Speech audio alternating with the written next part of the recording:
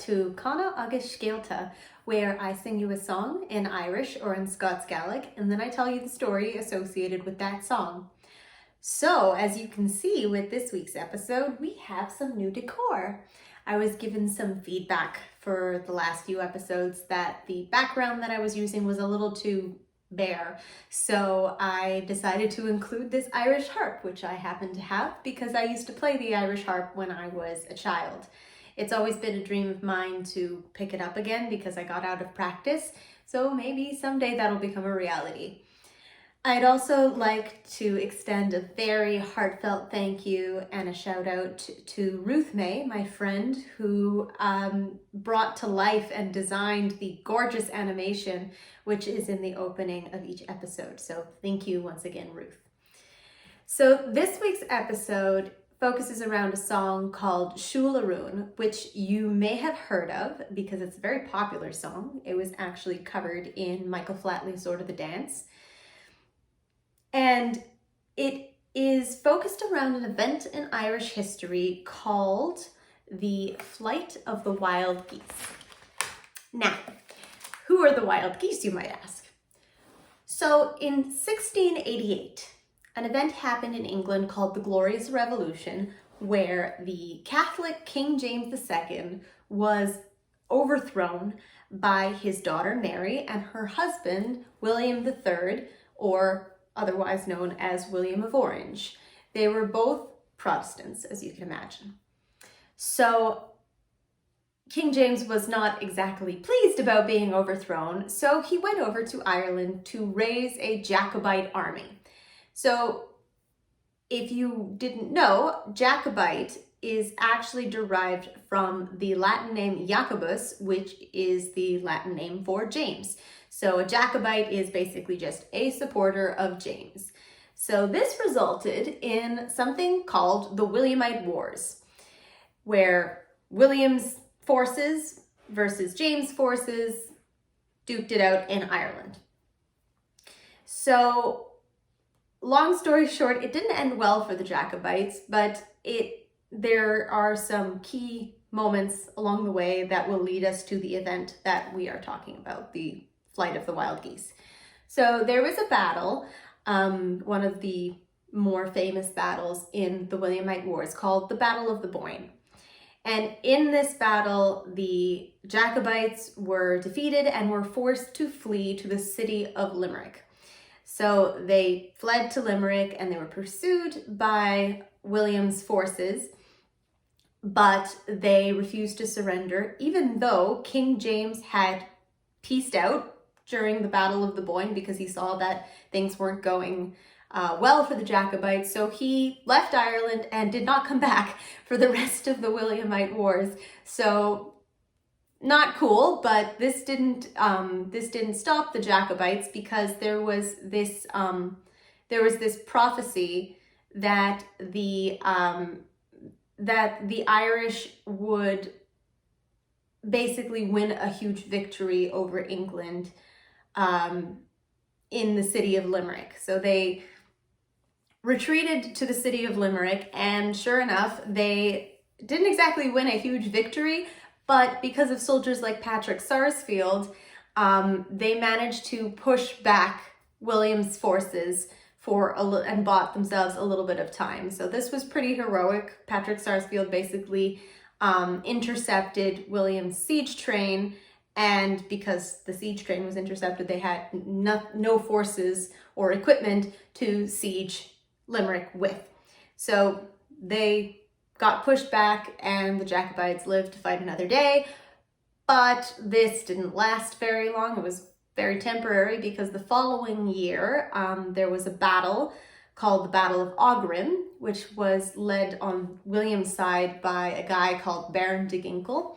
And this was a very, very bloody disaster for the Jacobites, who were once again forced to retreat to Limerick. And this time, when the Williamite forces sieged Limerick, Sarsfield surrendered. The Jacobite army surrendered. And this resulted in a document called the Treaty of Limerick.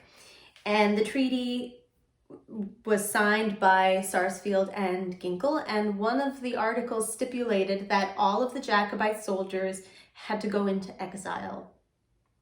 So they went into exile mostly to France, but a lot of them went to serve in other foreign Catholic armies or foreign armies in Catholic countries such as Italy, France, Sweden, Poland, Spain, and Austria. And this actually started a tradition of enlisting in these foreign armies. And this was allowed by the English for some time until the Jacobites rose up again, this time in Scotland under James's son Charlie, or fondly known in Scotland as Bonnie Prince Charlie. And a lot of Irish soldiers who had enlisted in foreign armies came and helped out. And so that's when the English were like, okay, no more enlisting in foreign armies. We've seen what can happen. So they put an end to that in 1745. But anyways, back to the song. The song Súil Rúin is supposed to be sung by a young woman whose lover is one of the wild geese. And actually, in Robert Louis Stevenson's book, The Master of Ballantrae, there's a very beautiful description of this song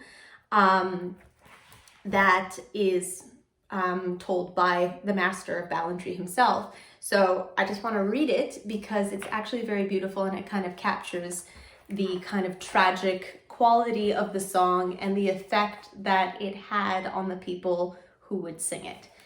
So this is from the Master of Ballantrae.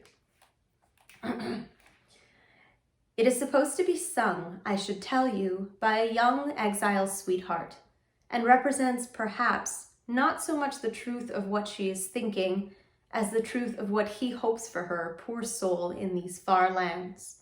I protest it is a pathetic sight when a score of Irish, all common sentinels, get to this song, and you may see, by their falling tears, how it strikes home to them.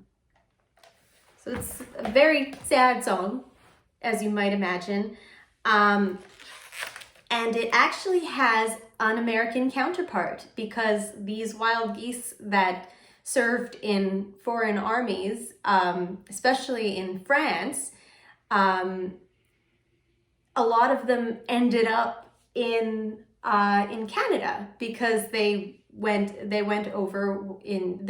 to New France to start new lives after they were done with military service. Some of them fought in the 7 Years' War, and some of them, as a result of coming to Canada, ended up in America.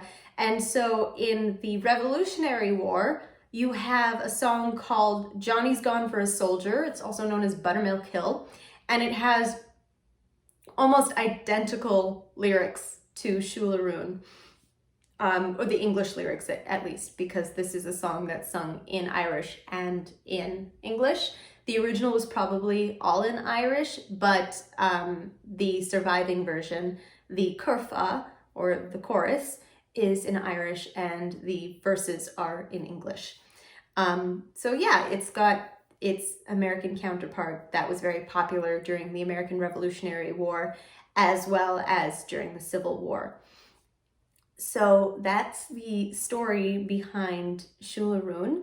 I hope you enjoy, and I will see you next week for another episode of Canadh agus Scéalta.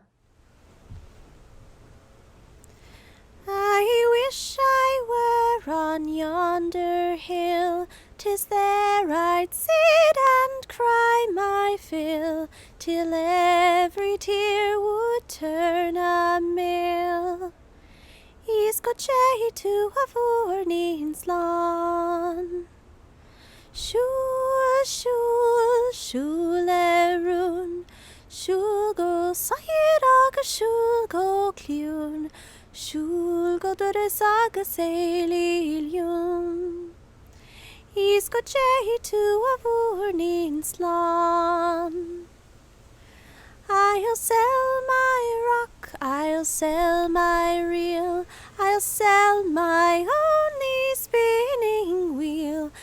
by my lover's sword of steel. Is go Jay to a vorning's lawn.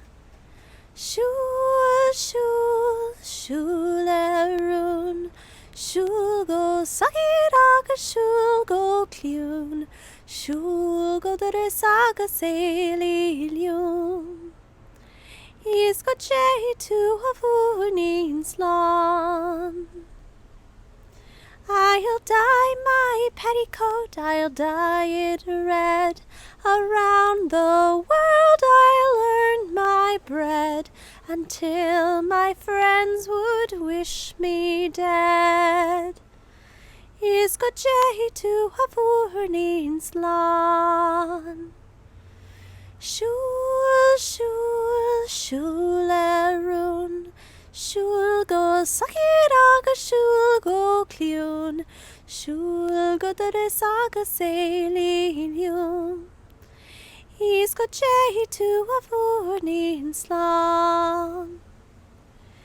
Now my true love has gone to France to seek his fortune and advance. If e'er he returns, it's only by chance.